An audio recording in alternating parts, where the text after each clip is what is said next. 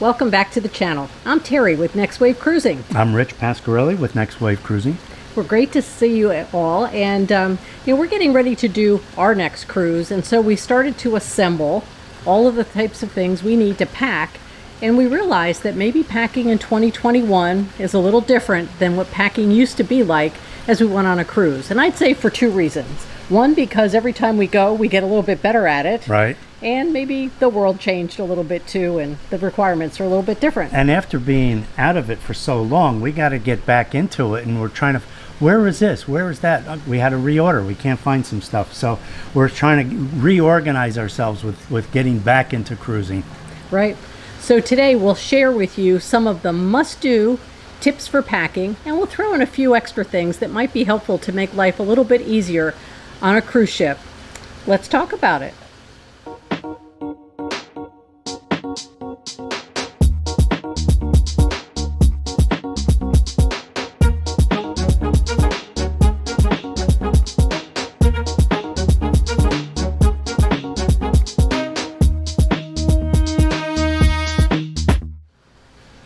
Welcome back.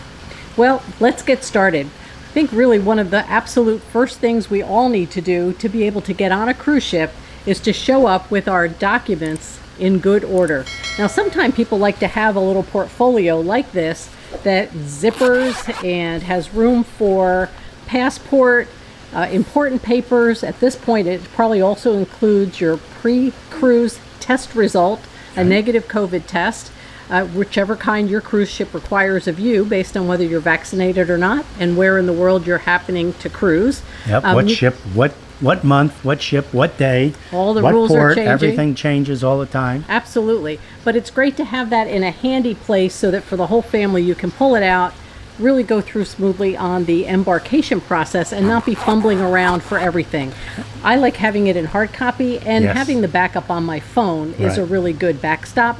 But sometimes finding all the different pieces on the phone is not really efficient. Yeah, I think hard copy is definitely the way to go right now, because as you're getting onto the cruise line, they're asking you for it before you get into the terminal, once you walk into the terminal, when you get on the elevator in the terminal. So it's always good to have it there rather than trying to find it on your phone. It's much easier, and then put it away. And so, have it handy, have it hard copy, and it's much easier to get onto that ship. And don't forget to bring a copy of your travel insurance policy. You always want to travel with travel insurance, and having that policy with you for the coverages and the contact numbers is really important. This used to be enough. And nowadays, in addition to the regular government ID, passports, and the cruise documents, the other thing we all need to bring from the U.S. is our vaccine card. And many of the cruise lines are asking that you bring the original card. Right. There's also advice out there not to get those laminated because you may be going back to get booster shots or other things to add additional data. And yet, it's a little cardboard piece of paper. It can get wet. It could get smudged. What a mess. Well, it was really fun to see that these little badge holders that are easily available online are nice and heavy plastic. They are the perfect size for the vaccine cards that everybody's carrying right now. Water resistant. Water resistant at least, and you're not getting frayed edges and getting it crumbled if you put it in a purse or a portfolio. And so I would recommend getting something like this that's simple and easy and lets you add your vaccine card right to your document passport folder, and then you're ready to go. So that's kind of the first tried and true, augmented with something new for 2021. Right. Absolutely. And if we have links to any of the items that you can purchase like this, we'll put them below in the description. So keep an eye out for those and get some for yourself. Now, the next thing is that nobody wants to overdo it when it comes to dragging a lot of luggage, and yet you want the flexibility to have your day wear, your active wear, your evening things for dinner, kind of pool toys, whatever it might be that you're bringing with you. And so packing is sort of a strategy for most people going on a cruise. How do you pack? And I always overpack. I always think that I'm going to need this and this and this, and I always overpack. So probably one of the things you can do is put everything out and see what you want, and then maybe go back the next day and say, yeah, I probably won't use that.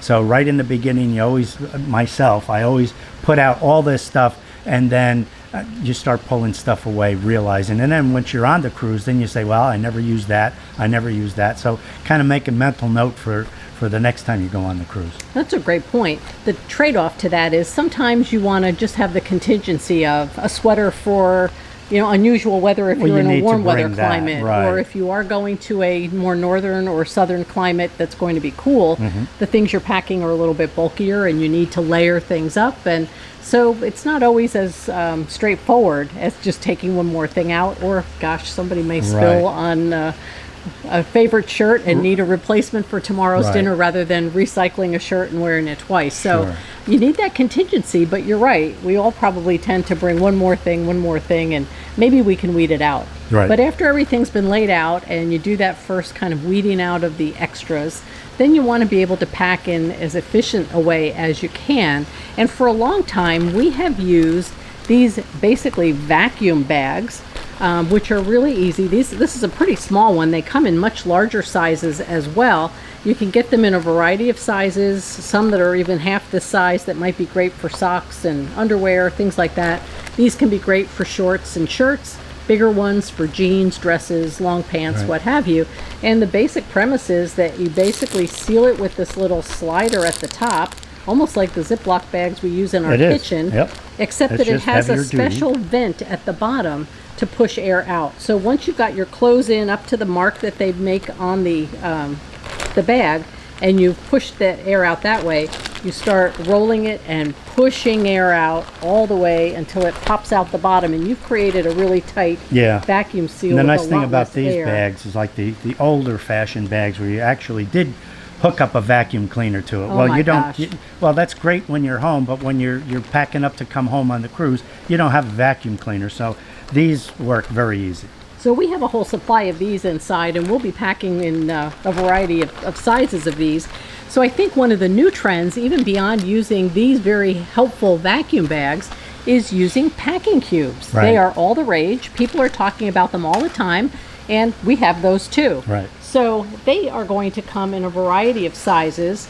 This one I actually commandeered to put some toiletries in, but they're almost similar in help. The medium size will give you suggestions of what might fit in there, kind of some shirts and shorts. There's a larger size one that matches this that's great for the larger shirts and slacks, things like that. And when you're not using them, they fold up really flat, easy. These have mesh, so they're breathable, keeping your clothes a little bit fresh, and you can see what's inside there.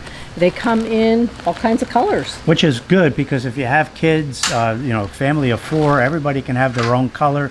So when you're pulling stuff out of the suitcase, you know who gets what color. So that makes it pretty easy when you're unpacking, and you want to get back up on the deck. You don't want to spend your whole day packing, and whose bag is this? Absolutely. I think the other tip with those is that those packing cubes are easy to take and put right into the closets and the dresser drawers that are available in the stateroom cabin where you're staying. You may not have to physically unpack every last item.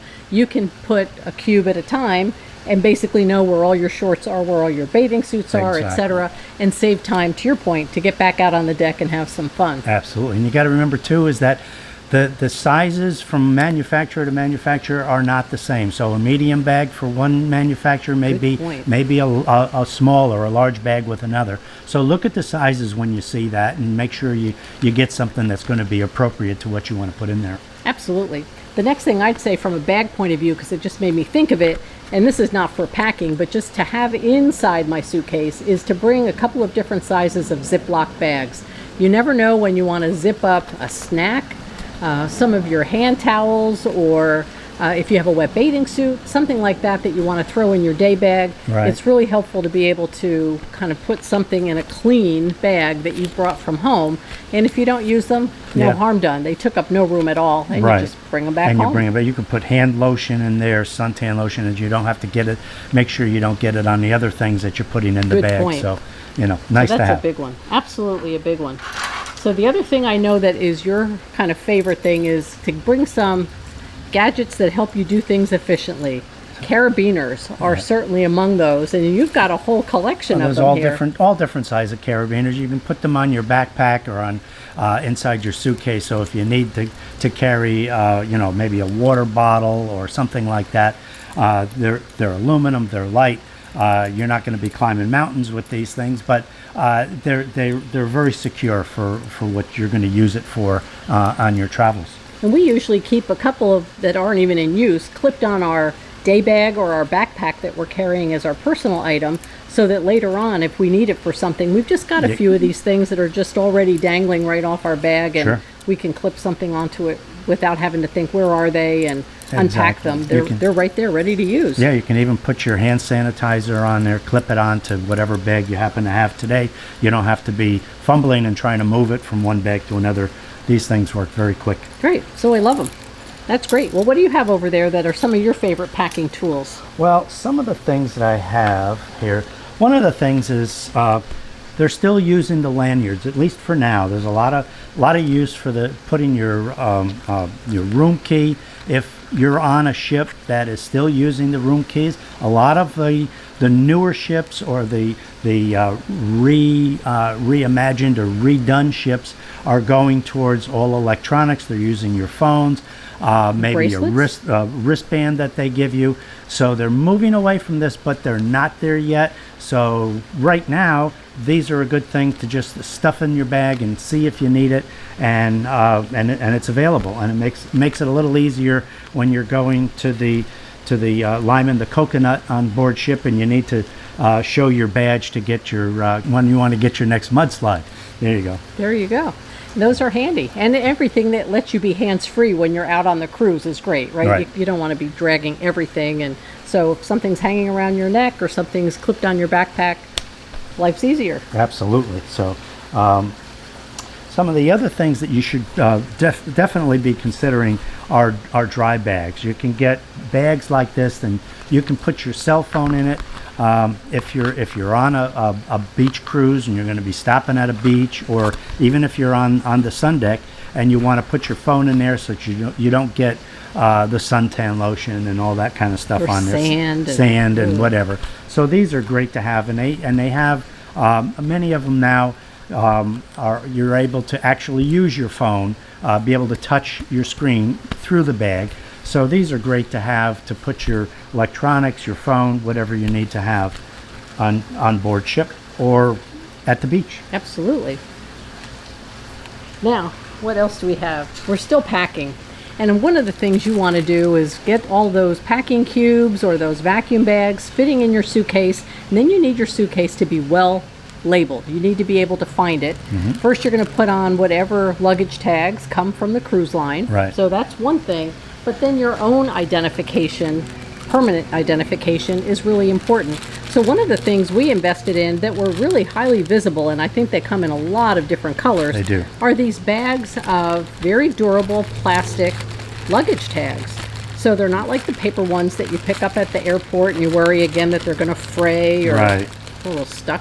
Yep. But it's just got the simple card in there that you can fill out and, kind of self loops, and those things are not going anywhere once you get them on your suitcase. Right. And certainly remember to put them on your carry-on as well in case you put it down or bags look alike. It's really great to have extras, and sometimes we'll throw an empty extra one in the suitcase just in case something happens during the trip. We can get home safely by and something we've seen it where some people in our group, not us, but some people have maybe overbought while they were on vacation, and now their bags are too heavy. They had to buy an extra bag, so you have an extra luggage tag to throw on a bag that maybe yours breaks, or who knows what happens to it. But another thing to be sure of is that if you're leaving from home and you're going to be taking a plane to the cruise, don't put on your cruise ship luggage tags just yet.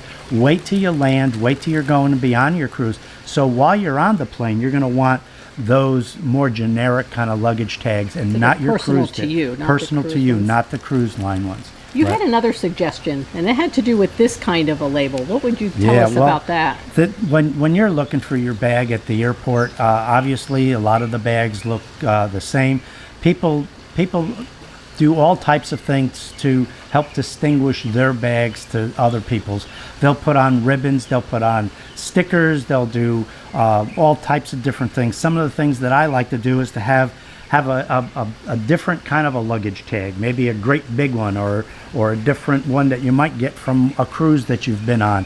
And these are also great to identify your bag from all of the other ones that are out there. Right, and so many bags are either black or gray or blue these days. They're all the same. They all do look the same. We all have the same bag. In addition to that, I like to bring one of these, which has room to put your name on it, like another luggage tag, but it's basically a wrapper for the handle on the suitcase.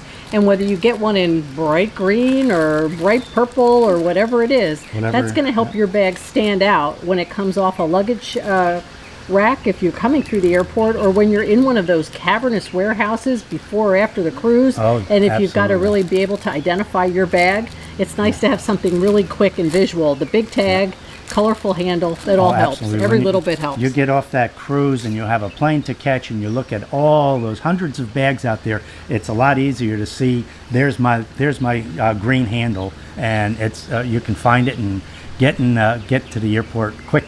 Right, you want to be in the next cab line, right? That's right. Not in a big long line. Yep. Now, you talked about the tendency to overpack. Yes. We're really lucky. We live in Florida. We usually drive to a cruise port and we're off on our vacation. It wouldn't be the same if we were leaving from Australia as we have before, or from Europe. Right. And then you have to take a plane to get to your embarkation. Yes. And if you've overpacked the bag, it's not a problem on the cruise ship, but it might be a problem getting to the cruise ship. Now, some cruise Here's ships another tip that we need to share with everybody, Right. and that is that you can have a portable luggage, basically scale, that will clip right around that green handle on your bag. Once you've packed it with everything, you can use it in pounds and kilos for this one, and it's a great way to double check Lift the up your bag, weight, it tells you the weight. and then put this little gadget in the suitcase or in your carry-on, so on the way home, when you've bought those souvenirs that Rich talked about, you can weigh those bags one more time and decide if you need to reassign things to a different suitcase, or if you need to actually go get yourself another small bag and maybe divide the weight up, because you don't want to be over the weight limit and pay a fortune to bring home some trinkets that probably are not really quite the cost of what you paid the airline. Yeah, we've seen where it's less expensive to buy an extra bag than it is to pay the airline the overage fee. And if you're going, you brought up that if you're going overseas, if you're going to a different country, if you're in Australia, a lot of times not only is your checked bag weighed, but also your carry-on is weighed. That was an eye-opener That the was first like, time that oh happened. my God, I've got all this stuff that I put, especially me with all my camera things, and that stuff gets heavy. You have to put all of your batteries in your carry-on, and batteries get heavy.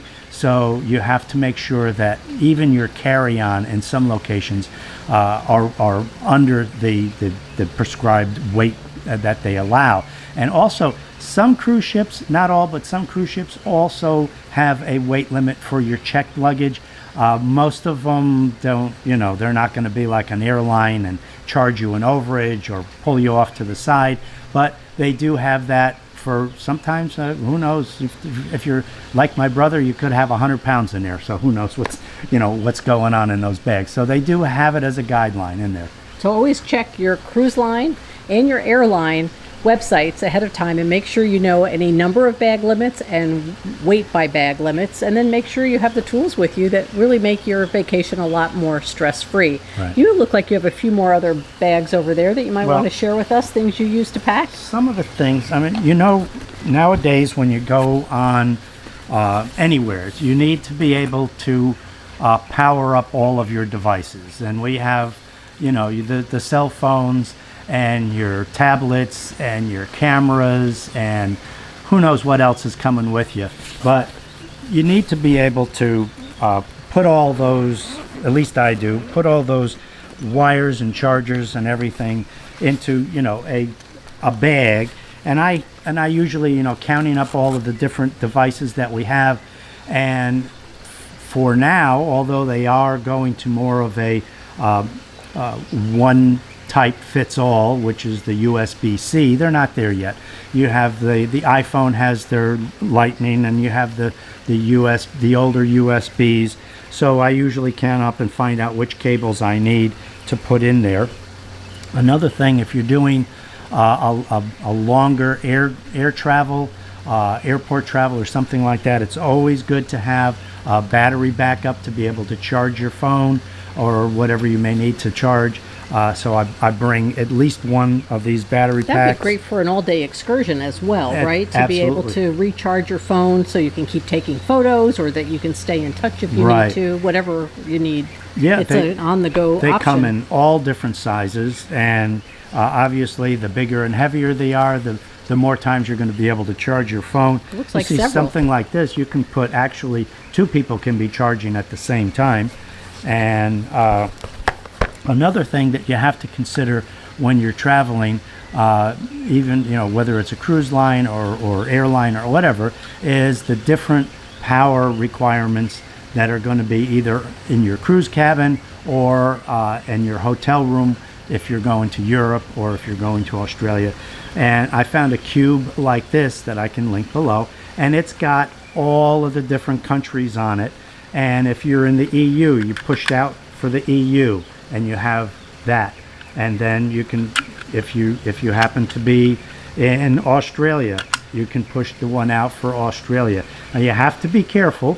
This is just going to change the prong type that goes into the wall. So you have to be careful about what you're plugging in there and the wattage that you're going to be using. If you're going to be bringing something like a hair dryer that has a high wattage, so this may not be what you want to use for that. So be careful what you're using it for. Almost all of the rechargers out there today, but look and see, use they use USBs, and they plug into either from 110 to 220. So no matter what you're plugging into this, it's going to work for almost all of the rechargers. But a lot of appliances, not so. You can really blow things out and have a big problem. Yeah, you don't want to do that. So this is just going to change adapter. the outlet adapter. It doesn't change the power. It's not a converter. Good point. But I like that you have all of that in a very one bag. One bag, and it's one that if you turn it around, I think people can see it's got good soft partitions inside. Right. So that everything has a place and everything is cushioned. Right. A few little places to put extra things as well with zippers. So I like that from the safety and security of it, as well as the convenience. It packs like another packing cube. It's a packing cube, and you just pull that out of the suitcase. All your wires are in the same place. And what's a cruise without all your wires being in the same place, in the right place? Right. Absolutely. So, and another thing that I put in there when you're on a cruise, and again, especially if you're with a family, but even with just the 2 of us when we go on a cruise, Terry has her phone, I have my phone. Tablets. We have tablets and all computer. that. And we need to, and there's usually, a lot of times there's maybe one plug. That you one can out, reach. that you can reach, right? And so, something like this is I think, essential, that you can plug in. You can plug it into the wall. If you have to, you can use that cube on this because it's all USB out. And this, you'll be able to bring your USB wires. You can plug 4 devices on this. They have them that can, have 6 devices. They're smart devices where you, depending upon whatever power requirements as far as amperage that your device needs, this is going to supply that. So usually the higher the amperage, the faster it's going to charge. But your older phone may not be able to take 2 amps, 2.5 amps, and this will adjust to that. So we can show you how to find one of those. Well, that's great. And then that kind of reminds me, as you talk about plugs, be careful not to bring surge protector power strips or multi-plugs. The surge protector devices will be confiscated. Right. Most, if not all, cruise lines don't allow it. They don't that allow one would that. be okay because it's really just a connector. Right. No. It's just a USB connector. We use that on cruises all over the world and never had an issue with that. Plug it into the adapter, and again, doesn't bother it a bit. So that works out just great. Great. A lot of times, what you were talking about, you're in an airport. You want to, you could be in an airport for a long time, and you need to charge something again. And you go over to the only plug that is around, and somebody's already using it. Well, what I got is one of these here. It's made for travel. It's an older one. I'm probably going to update it to one of the newer ones. You go up to the person that's already got the plug, and you say, would you mind if I just plug this in there? You can plug back in here. I can plug over there. Fred over there, he can plug in here, and there's even a USB. So something like this for the airport is fantastic to have when you're sitting there waiting to charge up your phone for the next 10-hour flight. Absolutely, and it's always the case, like on a cruise ship, that you always wish there were a few more outlets available than there really are. Right. So we've used that many, many times, or even for our own family, to only take up one plug. Right. We can still get multiple things recharged, and we're not precluding other families from using maybe the second wall outlet. Right. So that's a really great, not very heavy. No. And if the new ones are even better. The new ones are even better. They have more USB outlets, which is basically all we really need. Right. That's what we're plugging in for anyway. So Makes sense. Yeah. That's great. Well, that's kind of chapter 1. Let's take a deep breath and we'll come back and bring you a little bit more of our packing tips. We still need to look at what to do for our day bags and our excursions, and also to think about some of the key medical, sunscreen, kind of more health and beauty aid type supplies that is really good to have with you when you're on your next cruise.